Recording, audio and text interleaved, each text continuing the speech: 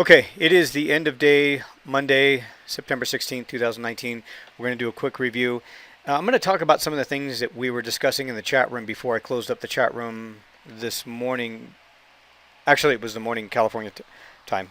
So it was later during the New York session, but I'm located in California, so I'm about 3 hours behind California. I'm sorry, New York time.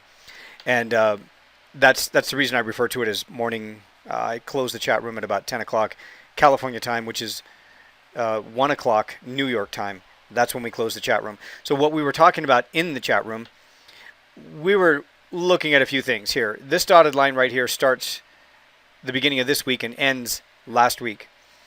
If you were trading, if you weren't trading last week, this is going to look a little interesting to you. This was the ECB statement, the interest rate statement, and then the press conference afterwards. And last week when we were in there, and I'm going to do a little bit of a review so we can go back and figure out why or where all of this price action today came from, what it was doing, what I thought it was doing. At least this is my opinion. This is the way I look at it. So last week with the ECB, the rate decision itself created that spike and then that move to the downside. And most of the market at that point was watching to see if there was going to be some more follow through. And the way I would personally trade that is I look for a candle to close below support. And then once that candle closes below support, I then look for confirmation that it's likely to continue to trend in the direction of that breakout. This would be a breakout trade for me. I call it a continuation breakout trade. It's the first strategy that I put together. So this, I referred to it last week as the 2-week low, which is sitting right down there at the 1.0925. Now, when it was reversing, as all of this was happening, of course, we shorted it after, in the chat room, I called out this trade to short it. And we shorted it from about 90 to 50. So we earned about, some people earned about 45 pips. Total here was about 40 pips on the trade to the downside. So as it's bouncing off of that support low, it was interesting how it stopped like right at that 2-week low. And I started talking about how central banks will step in. Banks will do some intervention at different times. My first experience with bank intervention was back in 2001 when the Bank of Japan, 2001, 2002, 2003, the Bank of Japan was intervening quite a bit. And there was always different levels or talk or speculation on the internet about different levels that the banks would step in once price got to those levels. Sometimes the banks would, and sometimes they wouldn't, whether they did it to surprise the markets because they knew the markets were anticipating it or not. Whatever the case is, they have their own agenda. At best, all we can do is take all this information, this economic data, and follow along with statements and comments and try to gauge where these levels are. Obviously, some analysts always have their price projections and things like that. So it was not too surprising to see price stop. And then when Mario Draghi started the press conference, his comments reversed everything and it bounced and defended. So in other words, bank intervention can be sometimes just the statements, knowing that those statements are enough to cause the market to react to it and can defend rather than the banks actually stepping in financially to support certain levels. When I said that my first experience with bank intervention was back in 2001, I had an open position and it was right around the holidays.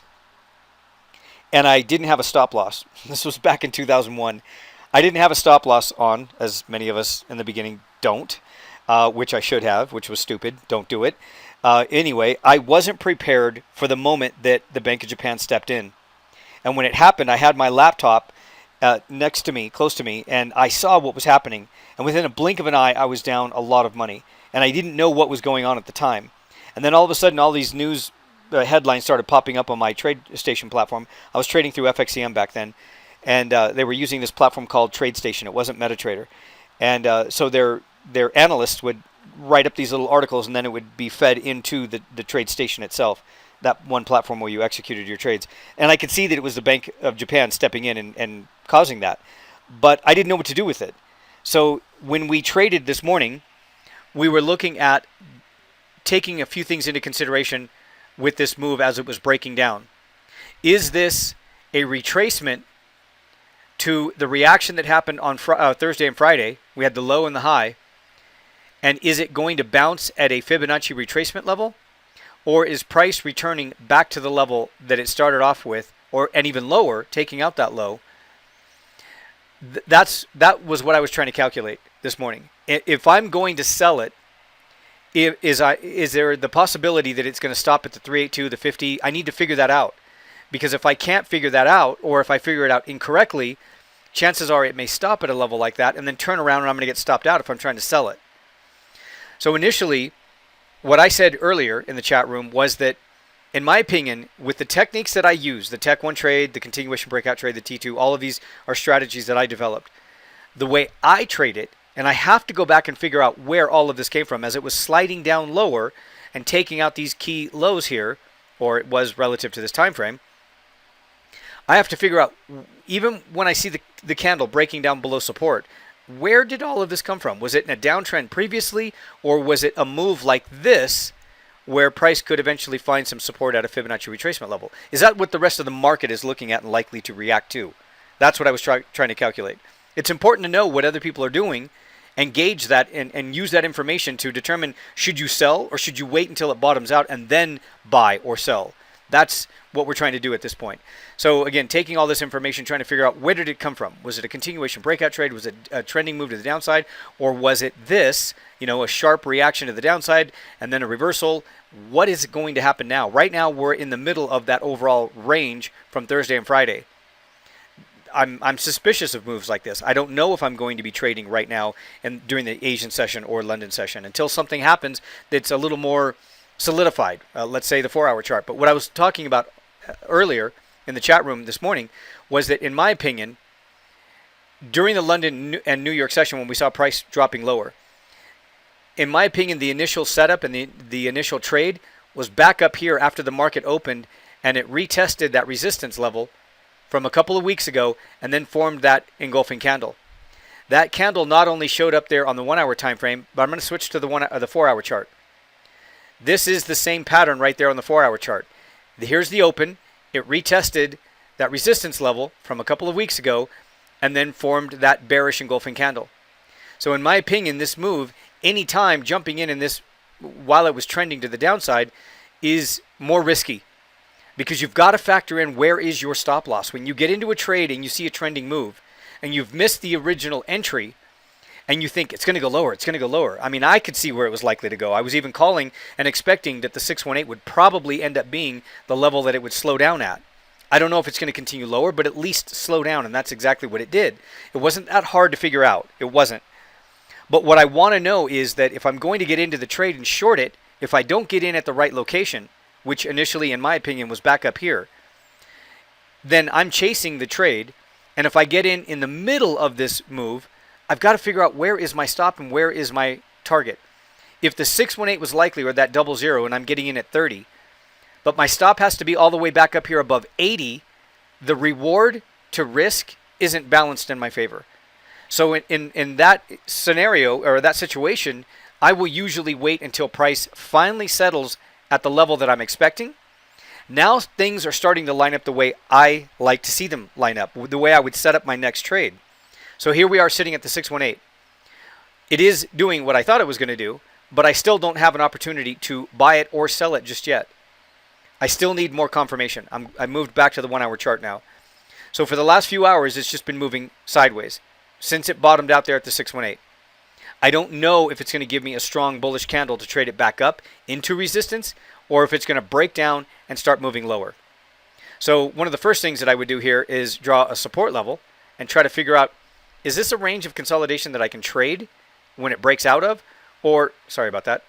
Or is it just, not likely to really provide me any signals? And do I need to wait a little bit longer before it actually bottoms out? So during the Asian session, I don't think I'm going to get an opportunity to trade the euro dollar.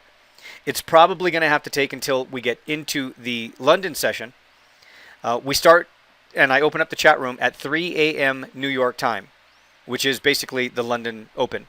And I trade until 1 p.m. New York time. So it's approximately 10 hours every day in the chat room. And I call out trades, and I analyze all of this, and I speak my thoughts out, and I share everything that I'm thinking about. I think it's the best way to really get in there and try to if you're going to learn my trading strategy, I think I need to speak all of it out. I think it's really important that you hear all of my thoughts so you can really get into my mindset and identify the same thing that I'm looking at. Eventually, with enough time in the chat room and hearing me trade and watching me trade these things and thinking these thoughts out and the analysis that goes into it, looking for the information, looking for the sources, looking for the confirmation. As you see me piece all of this together, it starts to get easier and easier.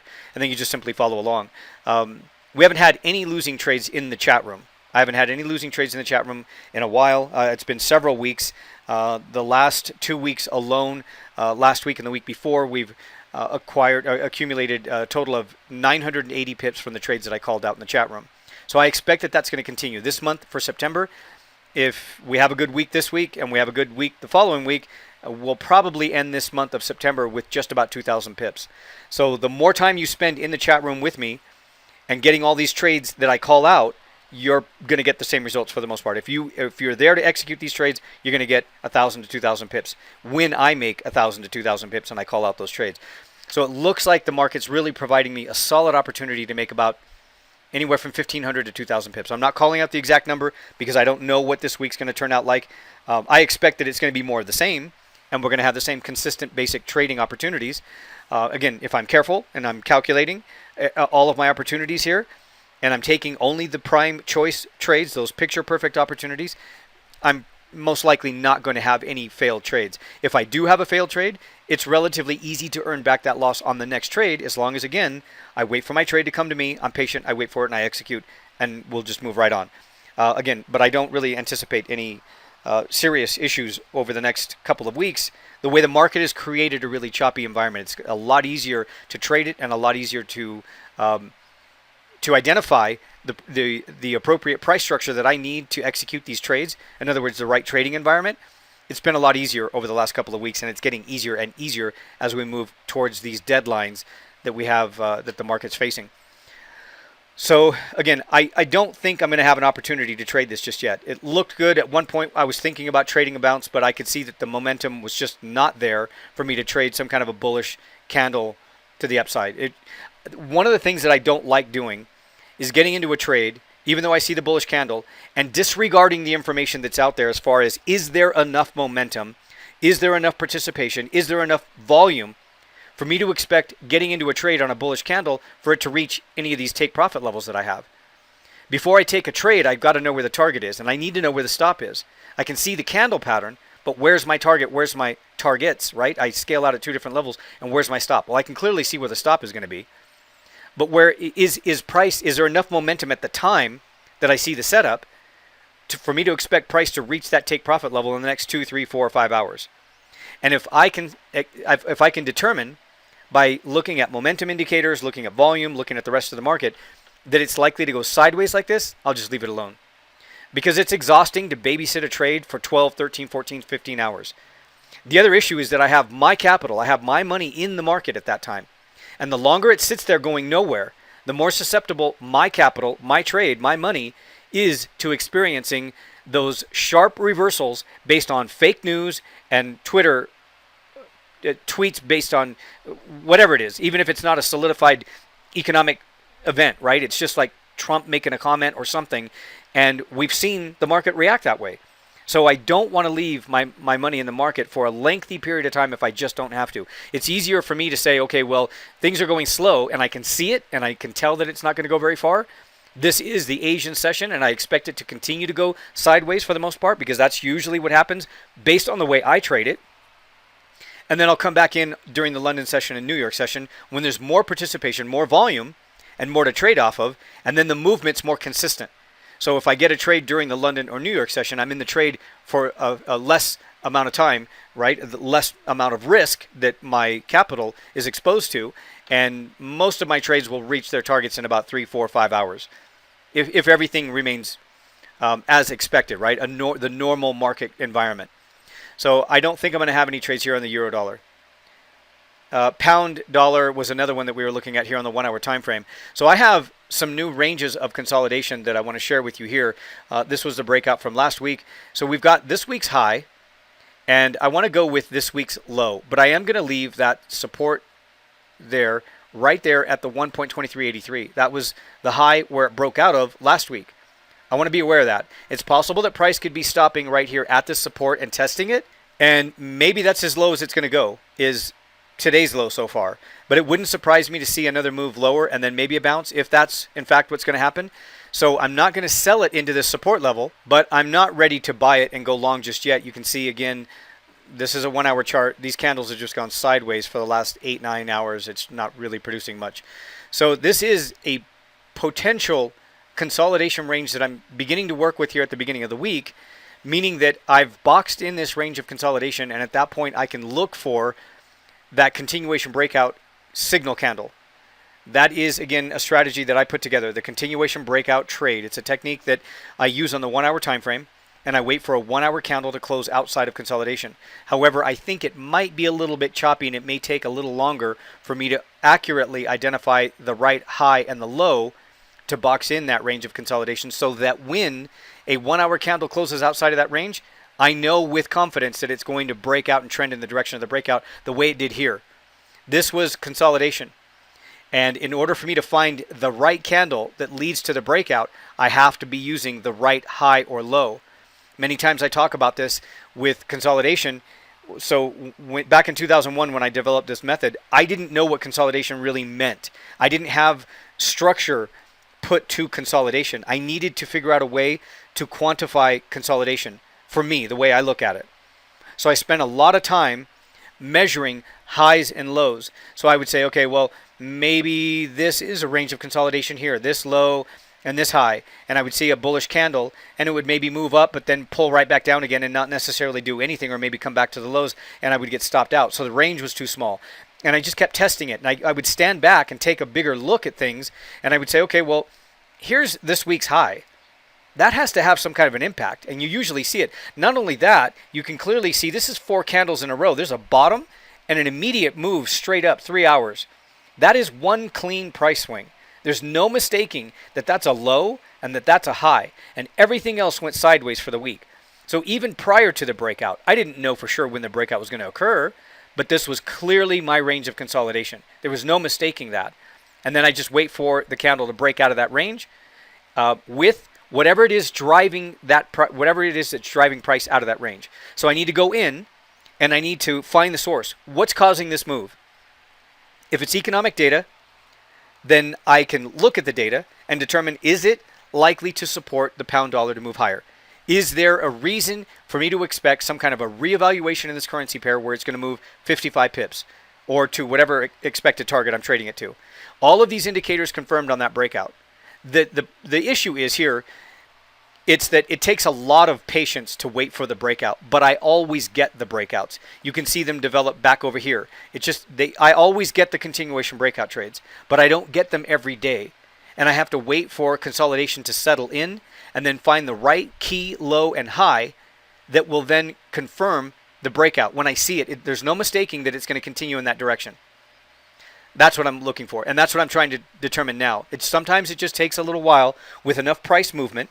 It settles in, and it's really obvious. Sometimes initially when you're trying to find support or resistance, it's not always that obvious.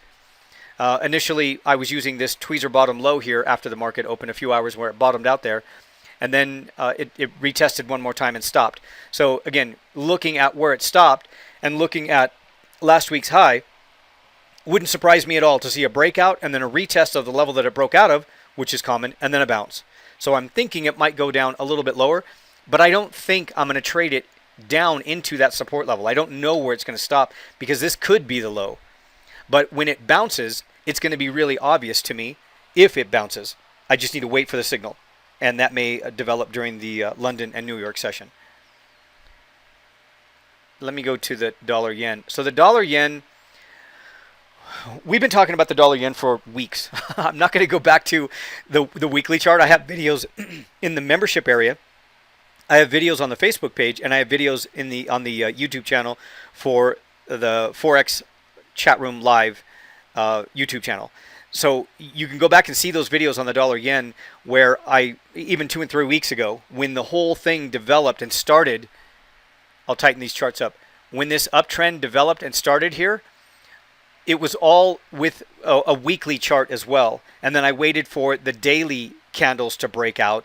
and it all developed this uptrend. So we could see the whole thing unfolding and developing right in front of us. So in the chat room, I would go back to the weeks ago, I would go back to that weekly chart, and then we would be looking at the daily chart, and we'd be looking at the 1 hour chart. We'd be taking all this information to confirm that the uptrend is likely to remain intact and continue. So based on the daily time frames, I had a projected extension target a week and a half ago or so. The 1.08 level was my first target. The 108.00 was my first target. This was on the daily time frame. And the next target beyond that is the 110. And it may even exceed the 110. And these are just general areas. These are extension targets based on the Fibonacci retracement levels on the daily time frame. So the trend still remains intact. It's still to the upside. And I still think we're likely to see more yen weakness, which means this chart is going to continue to move higher. But I did say over the weekend that we've got to expect that price along the way up to 110, if it does hit 110, it's going to wave and we're going to see pullbacks and some retracements and things like that. So we've got to prepare for that. I mentioned that before the market gapped to the downside. It was pretty obvious for the most part with the drone strikes that it was going to gap to the downside. So that wasn't hard for me to figure out that, we were likely to see some kind of retracement anyway, and it ended up happening because of that. So it wasn't like I predicted anything. It certainly was all information that was available there. But it did move the way I expected it to. So everything at that point, it's not necessarily a trading opportunity, but it's moving as I expect it to. And it's creating the price structure that I'm comfortable with so that I can use my techniques and call out trades. That's what I'm looking for. And that's what I guess what I'm trying to share with you here. It's not so much that my trading system is awesome and that I'm a genius. I am not. I just spent a lot of time staring at the charts, 18 years doing this over and over again, and I was able to see patterns that I think all of us see. Most of you who are watching my videos can see these patterns anyway, or you're already trading them. So this is just the way that I do it, and there's nothing special about it. It's just the way that I trade it, and it works for me, and it's kept me in this business for 18 plus years. So yeah, I'm going to follow the plan and wait, and usually it requires me to wait for, in this case, earlier in the chat room, I was talking about, I don't want to buy the dollar yen into resistance. I would rather wait for price to hit close to resistance and then trade the reversal, the bounce off of resistance, if that's what it's going to do. Or the other opportunity might be that a 1 hour candle on this 1 hour chart for the dollar yen closes above last week's high, which is this consolidation range, and then it might lead to a breakout to the upside, and the trend may resume at that point. Because, again, with the breakout candle, I'm going to identify, why is price breaking out right now? Why is it closing above resistance? Why does it look like it's likely to trend? So if I can go back in and find out the source of what's causing price to move like this, then I have a confirmed trade. At that point, I could expect, based on the information that I know, whether it's economic data or whatever the case is, that it's likely to trend in the direction of the breakout, or it's just a head fake. Sometimes these turn out to be head fakes, or they just approach resistance and then print the reversal. That's what I'm looking at right now. So it's going to take a little while for me to determine that I have a confirmed reversal. And at this point, I would also switch to the reversal chart. So for those of you that are in the chat room and you're following along with me, you can go into the membership area, go into section 10, and in section 10, you can download my templates for the reversals. In the templates, you also have to download the appropriate indicators. Those indicators need to be downloaded and installed in into your MetaTrader platform before you install the template. If you install the template first into the MetaTrader platform without the indicators, when you set up the template on a chart, it won't pull in the indicators, because the indicators that I use are not standard in the MetaTrader indicator package. You have to download those separately. So go back into the membership area and go to section 10, and you'll see the links to download those indicators and the link to download the template. And then you'll be all set up and you'll be able to trade the reversals and see them the way I do. So be prepared. We're probably going to be trading some reversals unless the dollar yen turns around and closes above resistance and prints a possible continuation breakout trade. That one of those two options is going to happen. And that's what we usually see anyway. When we see consolidation, well, you can pick a level, right? If you're in the middle of consolidation, you can sort of place your bet. I don't like doing it like that because anything can happen, and it could also continue to move sideways for days. I would rather wait for price to reach resistance or support and then wait for the reaction. It's either going to pull away and I can trade a bounce off of either one, or it's going to break out of those levels eventually. One of those two things is going to happen. The other thing is that it's possible that it could just go sideways.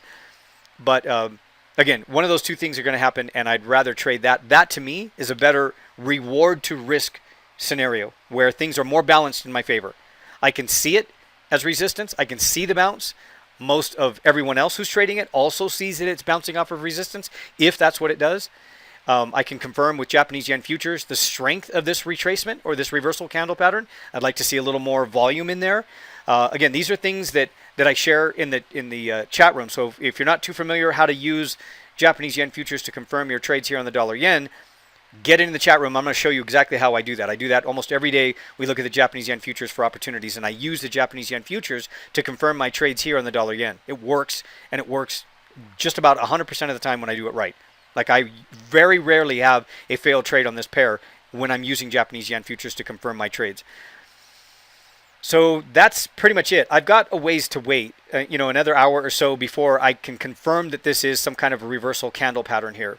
So I can't say that I would sell it right now. It looks like it's dropping quite a bit, but I need confirmation. I'm all about confirmation. I usually won't jump into a trade with a open live candle that hasn't given me confirmation of the pattern yet. I wait for the pattern. And I trade off of the 30-minute and the 1-hour chart. It could be argued, of course, that there's probably plenty of patterns, reversal patterns on the 5-minute chart or the 15-minute chart, and that's okay. That's perfect for those who trade it that way. I just don't. I don't look at the candle patterns on the 5-minute or the 15-minute that much. I execute my trades on the 30-minute and 1 hour, and it doesn't mean that I'm doing anything wrong, and it doesn't mean that anybody else is doing anything wrong. It's just the way that I do it. I'm comfortable with it that way, and I say many times that I would rather have 5, 7, 12 trades this week that are perfect, and all of them are winning trades, as opposed to having 27 or 35 different trades for the week, and some of them are winning, some of them are losing trades. I'm jumping in, scalping, and I did that for the first few years of my trading career, and it's exhausting. And the fact that I can cut back and start looking for these bigger choice opportunities that lead to bigger moves, it means that I'm going to have fewer trades, and I have to be more patient, but they're more likely to be winning trades. That's why I haven't had any losing trades in a few weeks. I have to wait for these for all of this, for price to reach these specific locations, for me to find a better reward to risk. I have to wait for the candle patterns to give me confirmation. I have to wait for the news if I have to. All of this goes into analyzing and determining whether or not I have a valid trade, and it takes a lot of patience to do it that way. But again, like I said, I pace myself. It gives me the opportunity to trade this long term. So for those of you who are interested in that type of trading, my chat room's perfect for you. If you're looking for choice opportunities and not wanting to scalp every 15, 30 minutes or 5 minutes and get in, get out, take 7, take 2, take 5, and then lose 13 on the next trade when you're scalping. If you don't want to do that anymore, my chat room's probably a really good trading environment for you to learn how to take these specific trading opportunities, because like I said, we're up almost 1,000 pips right now in the first 2 weeks of the month. If the next 2 weeks go the same way, we're going to clear or be close to 2,000 pips for the month. And that is not double counting. That is from the entry to the final target, me calling out these trades, and you getting the opportunity to do the same thing. And I don't have a lot of trades. I don't need a lot of trades to find good moves that produce 1,000 to 2,000 pips a month. It can be done. You don't need to be scalping in and out all day long and not getting any sleep. I tried that, and it didn't work for me. It worked sometimes, and it was fun in the beginning. I was really passionate and exciting. It was new. I'm still extremely passionate, more passionate about trading than I was when I first started, because now I understand it at a totally different level. But there was no reason to trade that way. So I'm just going to share with you that it can be done, even if you have a limited schedule. If you're working full-time, you can slow things down and look for these choice opportunities. Again, to me, it means something, and it may mean something different to you to wait for those choice opportunities because of the trading strategies that you're using. But what you're looking for, regardless of whose method you're trading or using, whether it's yours, mine, or somebody else's, you're looking for locations where when you get into the trade, you can identify that it's likely to work in your favor and the reward to risk is more balanced in your favor. It might sound like a really vague concept, but when you're in the chat room with me and I repeat that phrase to you and you see it set up at the time, you start to see exactly what I'm talking about. That concept starts to materialize and you start getting the patterns, you start getting the rhythm, you start understanding all of the investigative work that it takes to identify a confirmed solid trade. And when we get into the trade, there's really not a whole lot to worry about. It works, it moves, it goes straight to the target. and we just manage the position at that point when I'm in the chat room. Thank you very much for your time. I appreciate it. And I will be posting another update tomorrow. I will try to do some Facebook Lives. I tried to do some Facebook Lives this afternoon. I did a coaching session a few hours ago. That lasted about an hour and a half. And then I tried to do some Facebook Lives, and the Zoom program wasn't allowing me to connect to Facebook, so I apologize. I spent about an hour and 15 minutes trying to figure that one out. So I decided to go ahead and just make this video and post it in all areas, like the private Facebook group, the Facebook page, the membership area for chat room members, and for coaching students. So I've got to place this trade in 4 different locations. So it'll take me just a few minutes or about an hour or so until you actually see it in your inbox and get confirmation that this video is available. So things might change. The candle patterns might actually be giving us some kind of a signal, but I doubt it. I still think it's going to be a little while before I get some trades. But again, I open the chat room at 3 a.m. New York time, and I'm thinking that we're going to get some opportunities. Maybe not initially during the London session, but possibly during the New York session. Either one. It sort of cycles, and sometimes we get better trades during the London and sideways consolidation during the New York, and then sometimes it goes back to the New York and not the London. You get the point. And we roll with it. We roll with it, and we just wait for the next opportunity.